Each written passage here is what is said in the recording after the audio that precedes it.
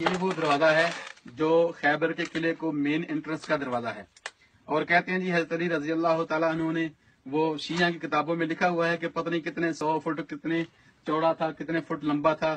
ابھی بھائی وہ ماپ رہے ہیں، تقریباً 7 گٹھیں چوڑا ہے اور تقریباً 15 گٹھیں شاید لمبا ہوگا، یعنی تقریباً سمجھ لیں کہ 5 فٹ 6 فٹ لمبا ہے اور تقریباً 4 فٹ شاید چوڑا ہوگا، میٹر نہیں۔ دروازہ موجود ہے، مطلب دروازہ تو خیر بعد نہیں بنایا گیا، جگہ وہی ہے، اور جگہ سے پتہ چل جاتا ہے وہ کتنا چوڑا اور کتنا لمبا ہوگا۔ کہتے ہیں جی جس طرح شیخ بیان کر رہے تھے کہ ایک شیعہ نے اپنی تقریر میں کہا کہ حضرت علی رضی اللہ تعالیٰ نے اپنی اس انگلی پر ایسے رکھا اور ایسے دروازے کو فضا میں پھینک دیا کہ ابھی تک دروازہ واپس ہی نہیں آیا۔ نازم ہے شیعہ ہے، نازم ہے شیعہ ہے، نازم ہے شیعہ، علی علی مولا، علی علی مولا۔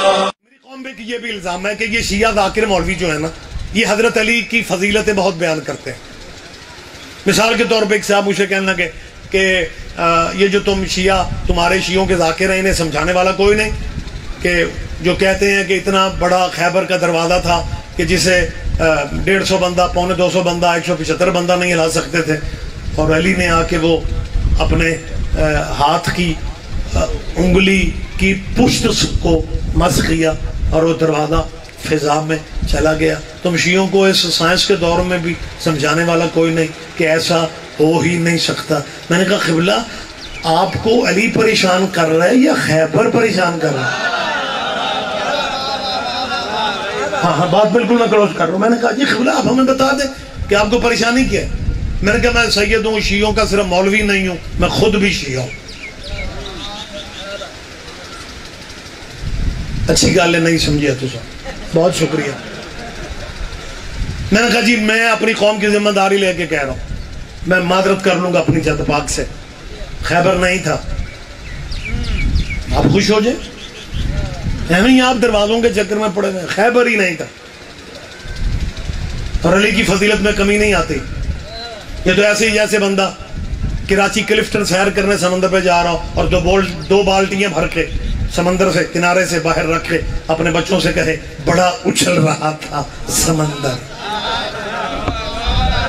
میں نے 2 بالٹیاں پانی کی باہر نکال لی ہیں، اب دیکھیں گے سمندر کیسے اچھلے گا۔ عقل مند کہیں گے یہ سمندر ہے، 2 پانی کی ڈال دو پھر بھی سمندر رہے گا، 2 پانی کی نکال لو پھر بھی۔ اوہ علی کے فضائل کے سمندر میں خیبر نہ بھی رہے، علی پھر بھی علی۔ میں اعلان کر رہا ہوں نہیں تھا خیبر، آپ مزے سے جیو۔ کہنے لگے نہیں جی نہیں، آخر صحیح بخاری میں لکھا ہوا ہے، لہذا خیبر تھا تو صحیح۔ میں نے کہا جی پھر پریشانی کیا؟ کہنے لگے پریشانی صرف تمہارے ذاکروں نے پیدا کی ہے کہ وہ دروازہ اتنا وزنی نہیں تھا۔ میں نے کہا جی جب میں آپ کی خاطر پورے خیبر کی قربانی دے رہا تھا تو دروازہ کیا حیثیت رکھتا ہے؟ میں نے کہا دروازہ لوہے کا نہیں تھا جتنا ذاکر پڑھتے ہیں، ویسے کتابوں میں یہ سب موجود ہے، ذاکر افسانے نہیں پڑھتے، لیکن اگر کوئی بندہ پریشان ہے میں ذاکروں سے معذرت کر کے کہہ رہا ہوں مولوی جی دروازہ لوہے کا نہیں تھا۔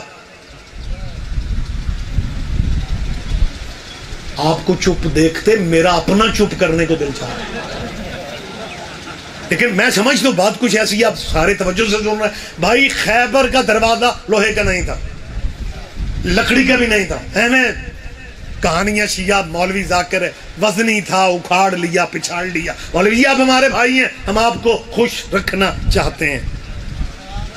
دروازہ نہ لوہے کا تھا نہ لکڑی کا تھا۔ وہ یہودیوں کو کہیں سے آٹے کے توڑے خالی مل گئے تھے، کہیں سے، اور انہوں نے وہ توڑے جناب کھول کھلا کے ایک بڑا سارا پردہ بنا کے دروازہ خیبر پہ لٹکا دیا تھا۔ کوئی دروازہ وزنی نہیں تھا، نہ لوہے کا تھا نہ لکڑی کا تھا، بس ہمیں پردہ سا تھا۔ وہ بھی یہودیوں نے اس لیے لٹکایا تھا کہ بڑے قد والے مجاہدوں سے پردہ رہ جائے۔ نہ سارے نام بھی سمجھو تو خیر ہے، میرے ذہن پہ قطر بوجھ نہیں۔ ہاں کوئی دروازہ قبلہ آپ جیئے، مزے سے جیئے، ایزی لائف گزارو۔ خیبر شیعہ ممبر پہ کہہ رہا ہوں، لائیو پروگرام چل رہا ہے، میں کہہ رہا ہوں نہ خیبر دروازہ خیبر کا نہ لوہے کا تھا نہ لکڑی کا تھا، بس پردہ تھا، اور پردہ یوں کر کے علی نے کھینچا، پردہ گر گیا، شیعوں نے نعرے مارنے شروع کر دیے، علی فاتح خیبر، علی قبلہ کچھ بھی نہیں تھا، لیکن پھر بھی علی کی فضیلت میں کمی نہیں آ رہی۔ پتہ ان بہادروں کا کرنا پڑے گا جن سے 39 دن پردہ بھی نہیں ہٹ سکا۔ کیا کہنا ہے، کیا کہنا ہے، کیا کہنا ہے، آپ جیئے جی۔ بہت شکریہ، بہت شکریہ۔ زندہ ذہن مجمع میرے سامنے، بات لمبی ہو گئی، گفتگو بالکل مجھے اب تمام کر دینا ہے، وگرنہ باتوں سے باتیں نکلتی ہیں، بات بہت طویل ہو جاتی ہے۔ میں اپنے آپ کو روک رہا ہوں اس بات پہ کہ الزام دیا جاتا ہے کہ شیعہ ذاکر مولوی علی کو حادث سے بڑھاتے ہیں۔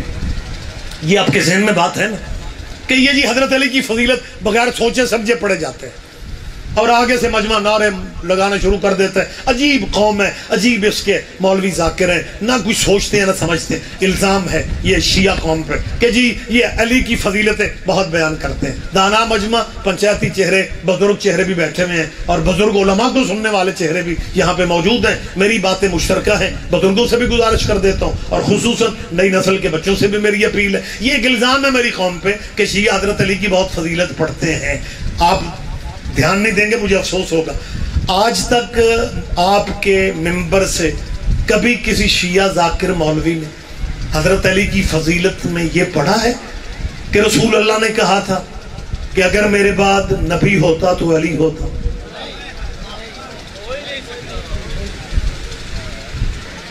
کیا کہنے، جتنا لطف میں چاہتا تھا میں تو لے رہا ہوں، اللہ کرے آپ بھی شمولیت کر لیں۔ کبھی کسی شیعہ ذاکر نے آج تک، کسی شیعہ خطیب نے یہ کہا ہے کہ رسول اللہ نے کہا تھا اگر میرے بعد نبی ہوتا تو علی ہوتا؟ ختم نبوت کے نعرے مار مار کے قوم کا مزاج ہی بدل کے تم نے رکھ دیا ہے۔ تم نے پریکٹیکل ختم نبوت کو نہیں سمجھا۔